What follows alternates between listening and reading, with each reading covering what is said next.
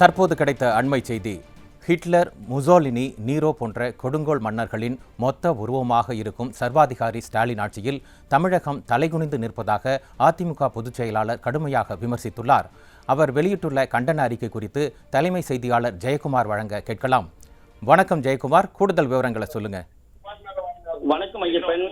ஸ்டாலின் ஆட்சியில் தலை குனிந்து நிற்கும் தமிழகம் தலைநிமிர வைப்பேன் என்று வாய் சவடால் பேசும் ஸ்டாலினுக்கு கண்டனம் தெரிவித்து அனைத்திந்திய அண்ணா திராவிட முன்னேற்ற கழகத்துடைய பொதுச் செயலாளரும் சட்டமன்ற எதிர்க்கட்சி தலைவரும் முன்னாள் முதலமைச்சருமான புரட்சி தமிழர் எடப்பாடி கே பழனிசாமி அவர்கள் கண்டன அறிக்கை வெளியிட்டிருக்கிறார்.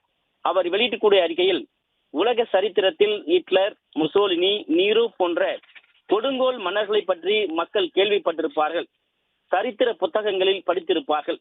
ஆனால் சர்வாதிகாரியுடைய மொத்த உருவமாக தமிழகத்தினுடைய முதலமைச்சர் திரு ஸ்டாலின் தமிழக மக்கள் பார்க்கிறார்கள் என்று குற்றம் சாட்டியிருக்கிறார். நடு இரவில் ஒரு பெண் தனியாக பாதுகாப்பாக நடந்து செல்கிறாரோ அன்றுதான் உண்மையான சுதந்திரம் பெற்ற நாள் என்று காந்தி. ஆனால் கடந்த 56 மாதமாக திமுக ஆட்சியில் காவல்துறை தனது ஏவல் துறையாக முதலமைச்சர் ஸ்டாலின் மாற்றி வைத்துள்ளதால் சட்டம் ஒழுங்கு சந்தி சிரிக்கிறது என்று குற்றம் சாட்டியிருக்கிறார். 6 வயது சிறுமி முதல் மூதாட்டி வரை ரோட்டில் நடந்து செல்ல முடியவில்லை. போதை ஆசாமிகள் எந்த நேரமும் இவர்கள் சீரழிப்பார்கள், கொலை செய்வார்கள் என்று தெரியவில்லை. இந்த நிலையில் தீய சக்தி திமுகவின் ஆட்சி முடிவிற்கு வரும் நிலையில் ரோம் நகரம் பற்றி எரிகிற போது நீரோ மன்னன் பிடில் வாசித்தது போல மகளிர் மாநாடு நடத்தி கொண்டிருக்கிறார் ஸ்டாலின் என்று குற்றம் சாட்டியிருக்கிறார்.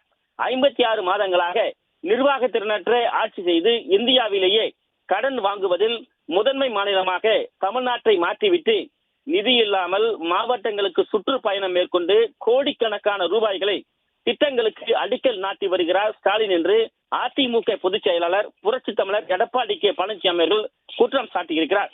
சென்னை தரமணையில் வெளி மாநில இளம்பெண் போதை ஆசாமிகளால் சீரழித்து கொலை செய்யப்பட்டிருக்கிறார்.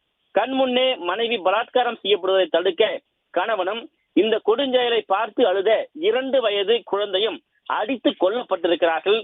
சென்னையில் இருக்கக்கூடிய நந்தனம் அரசு கலைக்கல்லூரியில் கேண்டீனில் பணியாற்றக்கூடிய அரியலூரை சேர்ந்த பெண் திமுக பிரமுகரால் சீரழிக்கப்பட்டுள்ளதோடு அவரது நண்பர்களுக்கும் விருந்தாக்கப்பட்டுள்ள கொடுமை அரங்கேறி இருக்கிறது.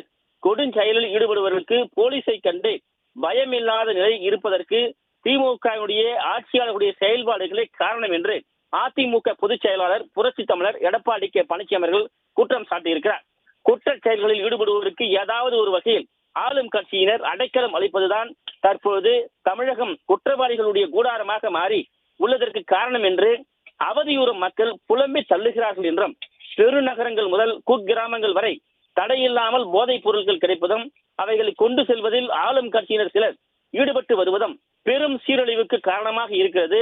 பள்ளி சிறுவர்கள் முதல் கல்லூரி மாணவர்களை போதையுடைய பிடியில் சிக்கி குற்ற செயல்களில் ஈடுபடுவதும், பள்ளி மாணவிகள் சிலர் சீருடையிலேயே மது அருந்துவது போன்ற காட்சிகள் சமூக வலைதளங்களிலே வெளியிடுவதும் விடியா திமுகவினர் நடத்தும் ஆட்சியுடைய லட்சணத்தை பறைசாற்றுகிறது என்று அனைத்திந்திய அண்ணா திராவிட முன்னேற்ற கழகத்துடைய பொதுச் செயலாளர் புரட்சி தமிழர் எடப்பாடி கே பழனிசாமி அவர்கள் குற்றம் சாட்டியிருக்கிறார்.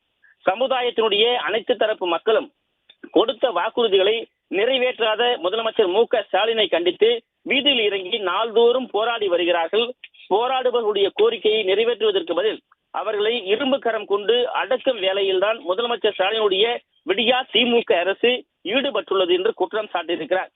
பல லட்சம் கோடி ரூபாய் மக்களுடைய வரிப்பணத்தை அதாவது கொள்ளையடித்து தங்கள் பரம்பரையினுடைய வாழ்வை மட்டுமே வளப்படுத்தும் நோக்கில் அல்லது அல்லும் பகலும் கரப்ஷன், கமிஷன், கலெக்ஷன் என்று செயல்படும் ஸ்டாலினுடைய கொடுங்கோல் ஆட்சிக்கு முடிவு கட்டும் காலம் நெருங்கிவிட்டது என்று அதிமுக பொதுச் செயலாளர் புரட்சி தமிழர் எடப்பாடி கே பழனிசாமி அவர்கள் தெரிவித்திருக்கிறார்.